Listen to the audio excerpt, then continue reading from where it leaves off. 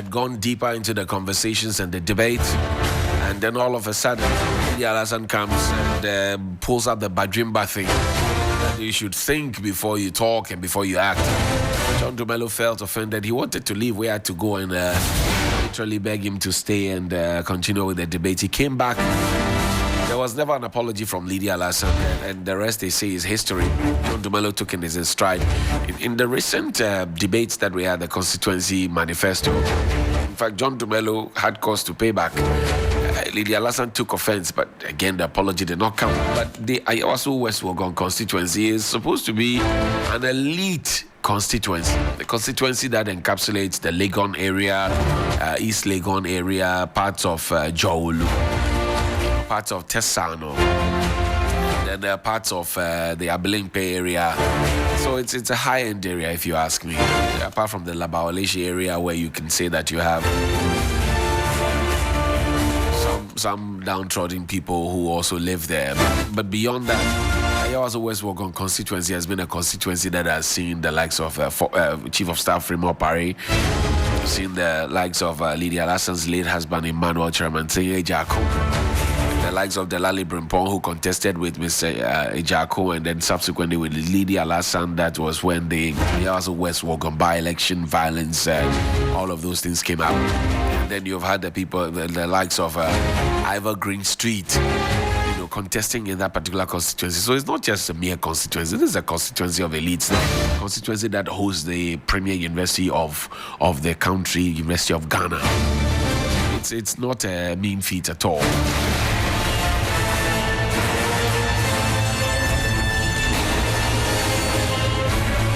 Sheikh Arimea is a spokesperson for the National Chief Imam. He joins us on the phone now. Sheikh, assalamu alaikum. Hello, Sheikh. Great. Good to have you, Sheikh. Sheikh, first of all, we've been talking about peace. Peace. We signed the Peace Pact. All the presidential candidates were there, they signed it. But is there more we can do in order to achieve the peace that we're looking for before, during, and after the elections?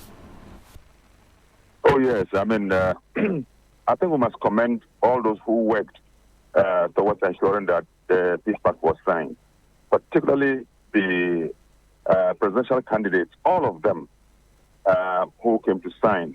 We need to commend them.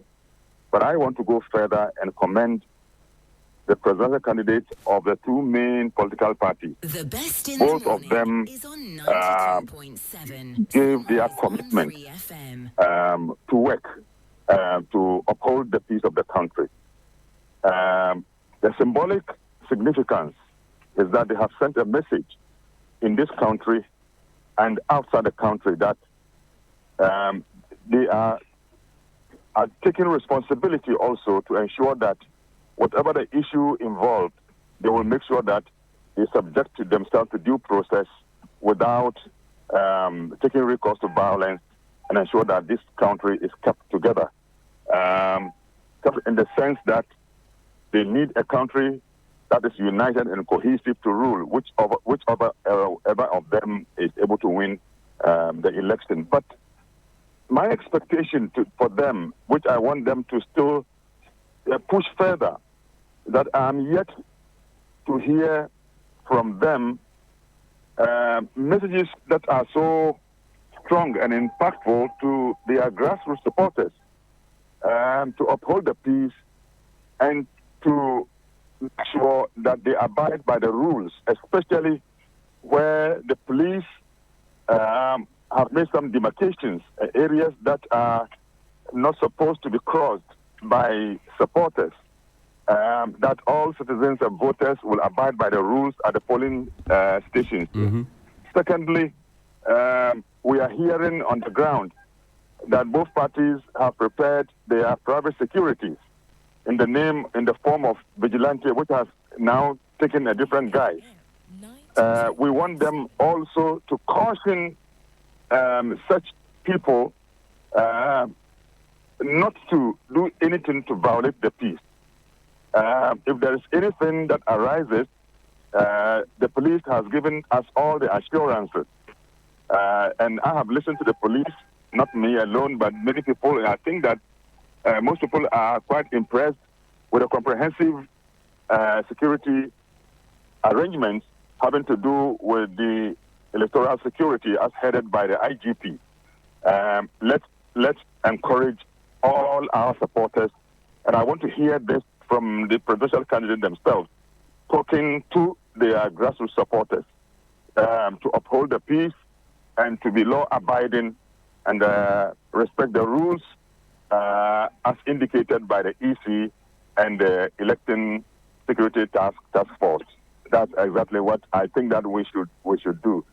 I think that with respect to the EC, we should still encourage the EC to be very meticulous and ensure that we are reducing mistakes that could give rise to suspicion, which in my view has been reduced now considerably because the EC has become so open and very cooperative, and I think that it gives an assurance that all things being equal, we are in for a peaceful election.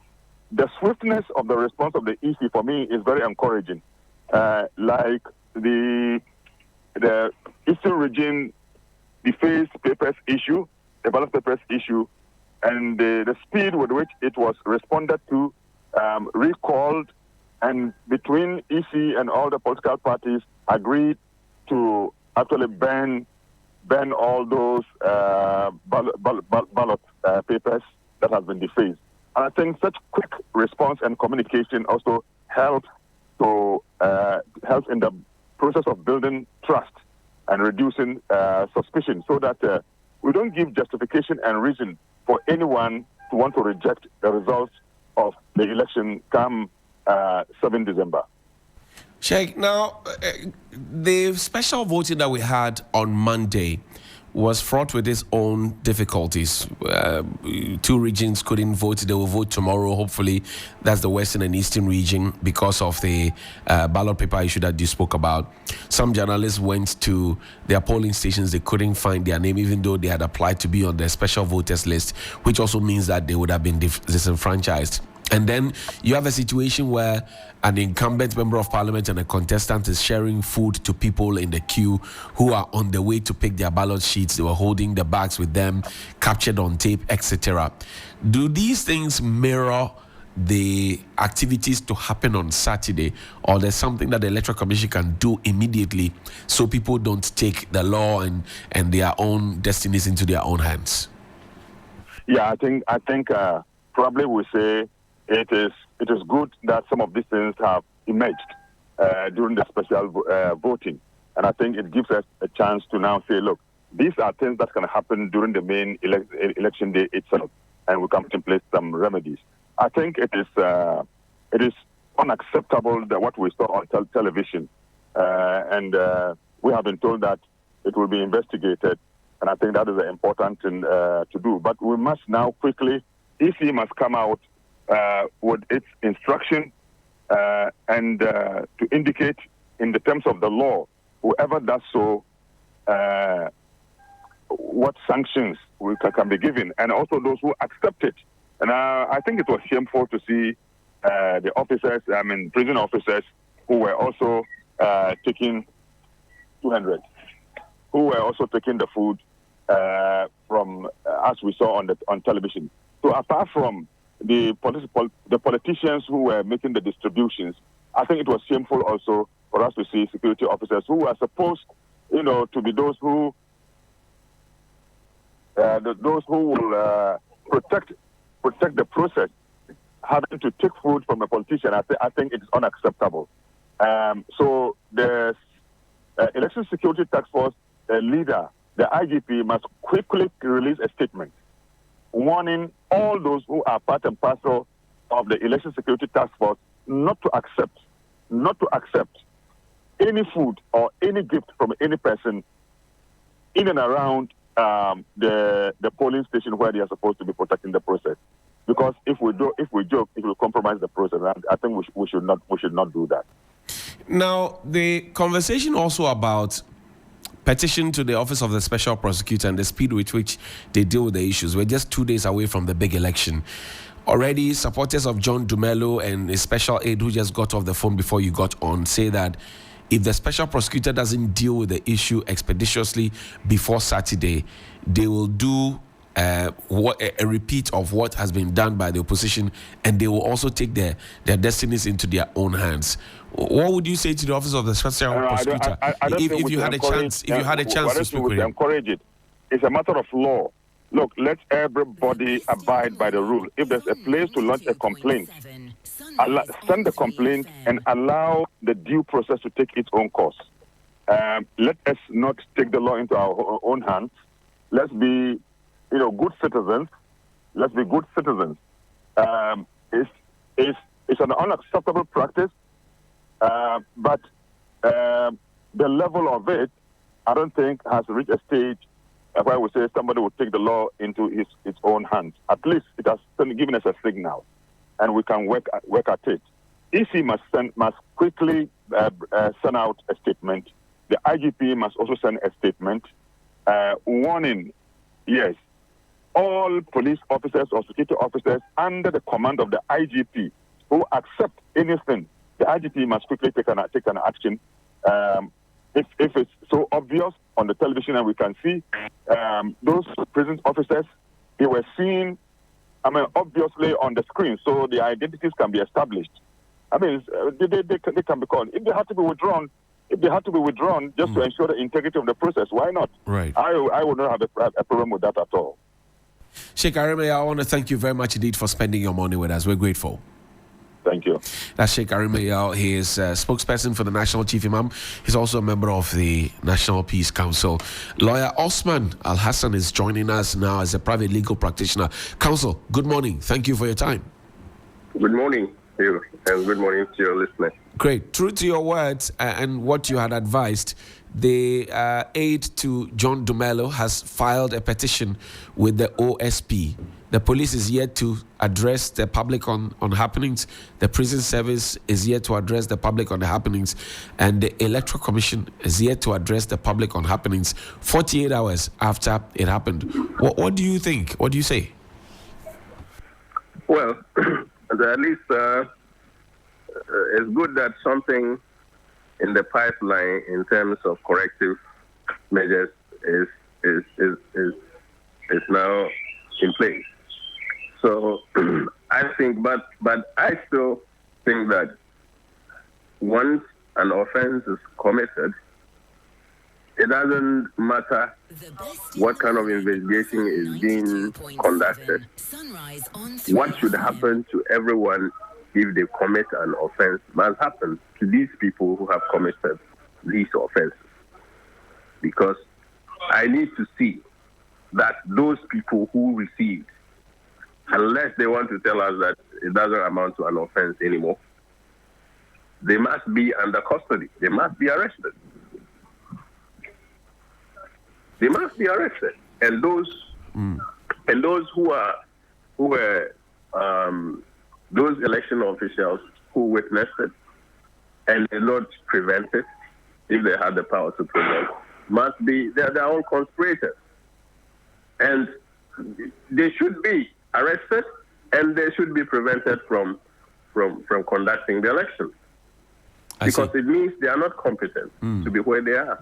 Because if you don't know that this is an offense and you don't give it the required gravity that the law has given it, you have no business conducting an election. Election is a serious business. But at this time, it's too close to the big election. Can the Electoral Commission and the nation afford to have people who have been trained, maybe have some experience, but may have glossed over one or two things? Can we afford to have them out of the picture? Well, that's I don't know how long it takes to train someone to this, but if what has happened has actually even been given a support to the position that, even the period of time they have had to go through the training, look at what they are doing. So if we bring someone, but you see, it is a matter of conscience, because I don't want us to believe that it is because they were not aware or because they have not received sufficient training. It could also be because they were just insensitive. They didn't give it the required gravity, and they were reckless. And so, if you have knowledge of what is supposed to happen, or what you are supposed to do, and you refuse or fail to do it out of recklessness, you shouldn't be there. I don't think it takes too much time to train someone, or even the Electoral Commission should have a standby pool of these people. You know, any what is this? What is it? What can't we tell an election official or a trainee of an election official? I see. To do within 24 hours. I mean, what's there? Mm-hmm. Yeah, so we can actually get people to replace them. But for me, I think it is important for them to be out of the process because they don't have the competence to be there. While we deal with those who committed the offense, I mean, why are the people who were distributing the food, giving the food to the security officials, where are they? The MP, I understand, is denying knowledge of it. That's right. But there are videos to prove otherwise. Yes. So that was really unfortunate.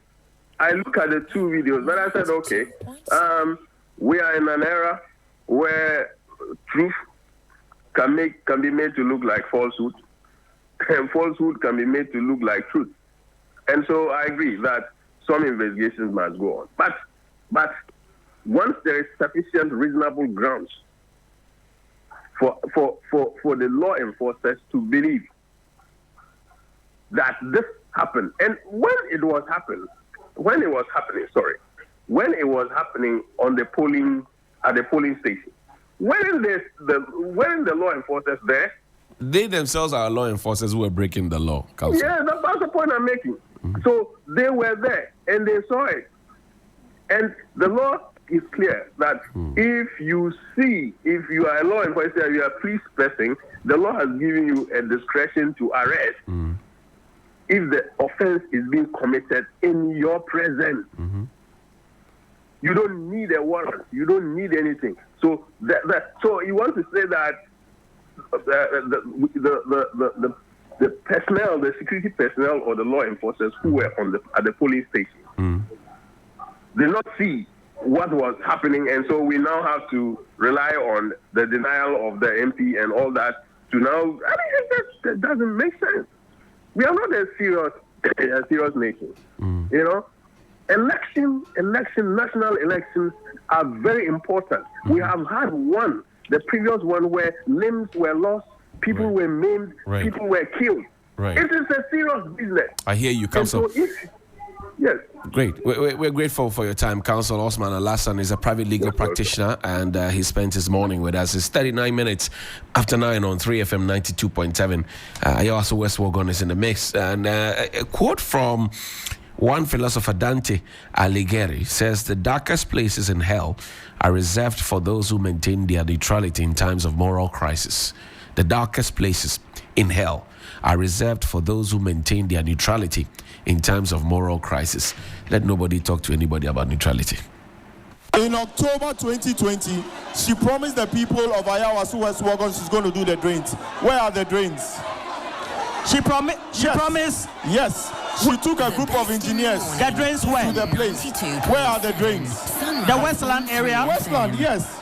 And she said she was going to construct the drains. Where are the drains? She's sanitation minister. Have you seen how dirty Ayawaso West is? The only thing she does. Please continue. The only thing she does is to share rice, oil, gari, and corn. Yesterday she was in Okponglo sharing corn. As sanitation minister, whilst the gutters are dirty, whilst the people didn't have water. Yesterday I started sharing water. If she didn't see me sharing water, would she have also started sharing water? No. And so you can see at this point, the people of Ayawaso West have given up on her, one. Number two, all she does is to share money, gari, oil, and sardine. Is this also an MP? The best in the morning is on 92.7. Sunrise on 3FM. trying to attack me. They always do this.